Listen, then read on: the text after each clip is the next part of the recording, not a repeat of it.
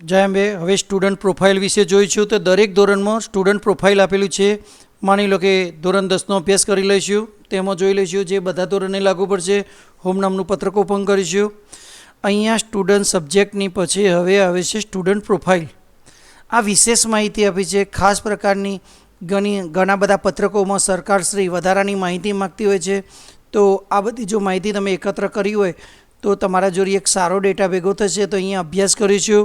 અહીંયા વિદ્યાર્થીઓના નામ તમે સ્ટુડન્ટમાં લખ્યા હતા તો તે આવી ગયા, તમારે ફરીથી લખવાના નથી. હવે આ બાળકના જે નામ છે તે સામે કોડ આપેલા જ છે.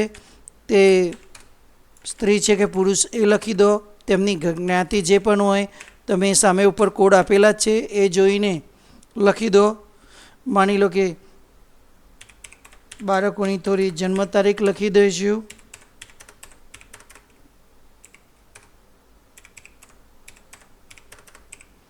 તો જન્મ તારીખ તમારે તો ખાસ યાદ રાખવાનું, જન્મ તારીખ જે રીતે નોર્મલ લખતા હતા એ રીતે જ લખવાની છે. પણ બધા ઘણા નાના કમ્પ્યુટરોમાં અહીંયા નીચે જોવા મળતી ઘડિયાળ ખોટી હોય છે, જેના કારણે ખોટી તારીખ લખાઈ જાય તો ખબર નથી હોતી. તો એના જાણ સારું તમે લખતા હતા એમ જ લખવાની છે, પણ ઓટોમેટિક તે આ રીતે મહિનાનું લખાઈ જશે. એ પ્રમાણે તમારા વર્ષ પણ ગણી જશે. વર્ષના અંતે કુલ કાર્ય દિવસ હોય તો એન્ટ્રી કરી દેવી. કોઈ વિદ્યાર્થી અપંગ હોય તો એની ખાસ નોંધ કરી દેવી. તો એ 20 ગુણે પાસ થઈ જશે. તેનો કોડ સામે સૂચના બતાવે છે કે 2 નંબરનો કોડ લખો, સામે સૂચના આપેલી જ છે. કોઈ વ્યક્તિ બીમાર હોય અને વાર્ષિક પરીક્ષામાં સ્પેશિયલ કેસમાં તમને મેડિકલ સર્ટી રજૂ કરે તો એને કૃપા ગુણ મૂકવાના થતા હોય છે સ્પેશિયલ કેસમાં, પણ એ રેન્કને પાત્ર નથી થતો. તો અહીંયા તેનો કોડ આપી દેવાથી કોમ્પ્યુટર યાદ રાખશે અને રેન્ક હશે તો પણ નહીં મળે. વજન, બાળકનું ઊંચાઈ જે અપર આઈડીમાં માગે છે, બાળકનો આધાર નંબર લખી દો, યુનિક આઈડી લખી દો, મોબાઈલ નંબર લખો.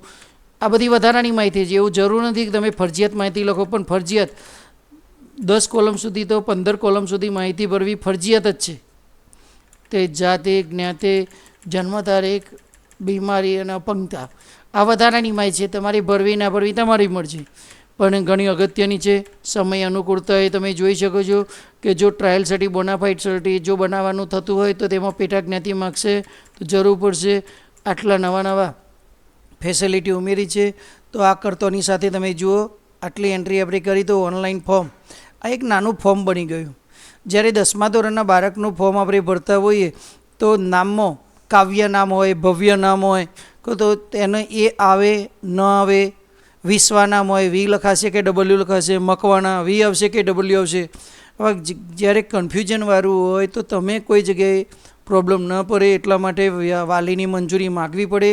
તો આ એક જાતનું વાલીનું પત્રક છે. તમે નામ લખ્યું, નામ આવી ગયું. તમે અહીંયા ગુજરાતીમાં નામ લખીને તમે વાલીને જાણ સારું મોકલી શકો છો. જન્મ તારીખ આવી ગઈ, જ્ઞાતિ આપણે લખી તે આવી ગઈ, જાતિ લખી, મોબાઈલ નંબર લખશો તો અહીંયા આવી જશે, આધાર નંબર લખેલો છે તો આવી ગયો છે. તેને જે વિષય પસંદ કર્યો છે એ ટીક થઈ ગયો. એને પ્રથમ વૈકલ્પિક કયો પસંદ કર્યો તો એમ બીજો કયો કર્યો તો એ આવી ગયો. અહીંયા વાલીની બાંહેધરી છે, આથી તમે આવી શકો. માની લો કે તમે ઘણી વખત એવું થાય કે અહીંયા સાહેબ અહીંયા મેં ગુજરાતીમાં નામ લખ્યા છે ને અહીંયા તો અંગ્રેજી લખી છે, અહીંયા બદલી શકો છો તમે. તો અહીંયા તમારું ગુજરાતી નામ લખ્યું તો એ આવી ગયું, અહીંયા ગુજરાતી. તો હવે અહીંયા તમે અંગ્રેજીમાં તમે લખી દો. અને આ રીતે આવું એક પેજમાં કાગળના બચાવ સ્વરૂપે એક કાગળમાં 3 વિદ્યાર્થીઓનું સેટ કરે છે. તમે આટલું કરવાથી ફાયદો એ થશે કે કાલ ઉઠીને 10મા ધોરણનું ફોર્મ ભરતી વખતે વાલી તમને કોઈ ઓપોઝ ઉઠાવી નહીં શકે કે તમે અમને નામ લખ્યા પહેલાં ધ્યાન નહોતું દોર્યું. તો એટલા માટે આ વિષય પસંદગીની મંજૂરી અને વિદ્યાર્થીના નામની મંજૂરી ખાસ અગત્યની છે. તો એ અહીંયા જે વિગત ભરી એના આધારે જ આ પત્રક ઓટોમેટિક બની ગયું. આપણે કોઈ એન્ટ્રી કરવા નથી ગયા. તમે જોઈ શકો છો આ પત્રકમાં. અને સ્ટુડન્ટ યાદી પણ બની ગઈ. વિદ્યાર્થીની કોઈ સહી લેવાની હોય, કોઈ વિદ્યાર્થીને કંઈક વસ્તુ આપવાની હોય તો સહીનો પુરાવો જ્યારે જરૂર હોય તો આ રીતે સહીના પુરાવા સ્વરૂપે પણ ઉપયોગ કરી શકાય એવું એક આ પત્રક બની ગયું છે. અસ્તો, જય હિન્દ, જય